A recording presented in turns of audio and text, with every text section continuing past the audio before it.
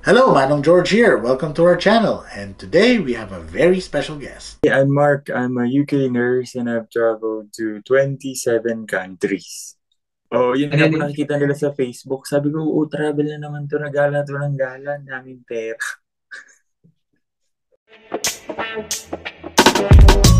Saan nga ba tayo pwedeng mag-travel ng visa on arrival tayong mga Pilipino na naka-Philippine passport? Meron tayong 28 countries na pwedeng puntahan. Siyempre, Armenia, Burundi, Cabo Verde, Comoros, Guinea-Bissau, Iran, Kyrgyzstan, Madagascar, Malawi, Maldives, Marshall Islands, Mauritania, Mauritius, Mozambique, Nepal, Nicaragua, Palau, Papua New Guinea, Samoa, Seychelles, Somalia, St. Lucia, Tajikistan, Tanzania, Timor-Leste, Togo, Trinidad and Tobago, at Tuvalu. Sana soon makapag-travel ka na rin. Para sa ticket at para sa iba pang impormasyon, mag-message lamang po sa Pinoy Tourism. See you! So, I work as an endoscopy nurse. I've been here in the UK for more than 5 years, turning 6 years this coming November. Man knows best. Ginagawa po namin is, pag para may pera, nagtatrabaho po kami lagi every Saturday and Sunday. So halos mga 6 times po yun in a month. Tapos yung 2 days po namin na off, na Saturday and Sunday. Tapos yung i-off po namin yung Friday at saka yung Monday. Saka po kami magta-travel. Man knows best.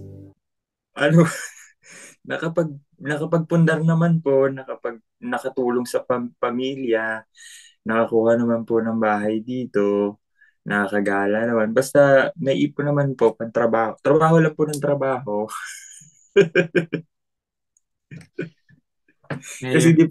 Kasi depende naman po sa priorities nyo yan.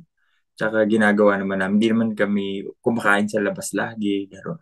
Hindi naman kami umiinom or nagbibisyo or anything gano'n. So damit, hindi rin naman po kami masyadong bumibili. Yun. Yun lang. Sige, Basta tapusin ko. i-priority nyo po yung stay nyo po dito sa UK para mag-plan kayo na dito pala ako mag-stay ng matagal. So, maganda naman mag-rent kasi service yun under the roof of your head. Pero habang tumatagal, parang ikaw lang yung nagbabayad sa may-ari ng bahay. Yun po, why not have your own kahit mahirap. Sa una lang, pero kayang-kaya po yan. Basta pag nalaman nilang nurse kayo na stable yung income nyo, ma-approve po yan. Man knows best. Ako mostly Europe, so nakapunta na po ako ng syempre UK, USA, Canada, Libya, before. Nakapunta na rin po ng Ireland, Italy, France, Germany, Luxembourg, Austria, Czech Republic, Switzerland, Vatican City, Hungary, Turkey, Belgium, Netherlands, Andorra, Spain, Portugal, Croatia, Slovenia, Jordan, Tunisia.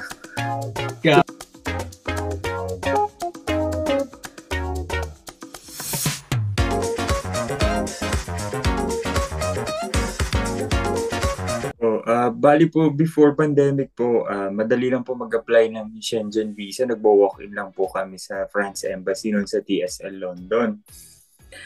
Tapos after po ng pandemic, mahirap na yung mga schedule. So, nag-try na po kami mag-agency. Yeah. Before po, parang mga 50 pounds lang po yung service charge ng agency for an appointment. Tapos, recently this year, naging 200 na po para magkakuha po ng appointment. Kasi ang hirap manguha ng appointment sa lahat ng EU countries, sa halos lahat ng mga Schengen countries. Kaya, yun. Kung mag-aantay ka po ng slot, it will take you like 6 months to 7 months. Tapos mag-check ka frequently ng mga cancellations, gano'n. Pero madali naman po ma-approve. Tapos yung mga approval po is multiple entry, 6 years or 1 year. Ganun po yung binibigay. O yung mga iba ko pong friends, nabibigyan sila ng 2 years, yung iba 5 years sa Netherlands daw.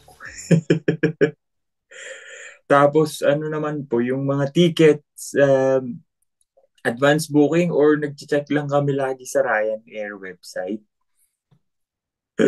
Tapos mura naman po kasi yung mga flights from Liverpool papuntang Europe. Parang nung nagpunta kami 2022, 9 pounds lang yung papunta ng one way. Papunta ng saan pa yun? Prague, Czech Republic. 9 pounds lang po yung one way before. Man knows best. Tapos pag yung mga accommodations po namin, pag sa mga murang countries po, like Czech Republic, Hungary, magagandang hotel. Pero pag mga mahal na countries gaya ng Italy, sa Airbnb po or yung mga hostel, yung Get Your Guide. Ginagamit po namin yung mga Get Your Guide. Tapos isa rin po sa mga ginagamit po namin, kada country po na pinupuntahan po namin, may photoshoot po kaming ginagawa. So sa Airbnb experience, pupunta po kayo ng Airbnb, tapos may makikita po kayo dong stays. Tapos sa katabing tab niya is yung experiences. So sa experiences po, makikita nyo po doon may mga photoshoot with a professional photographer for an hour. Depende po sa country. Mahal po sa Venice, nasa 60 pounds per 1.5 hours. Sa iba po sa France, mga 25 pounds, 1 hour po na yung photography nyo.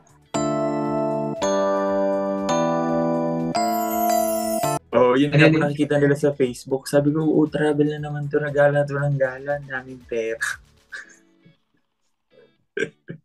Wala lang lang, pinaghirapan mo yun. Opo, tsaka ano po yun, gamot sa pagod.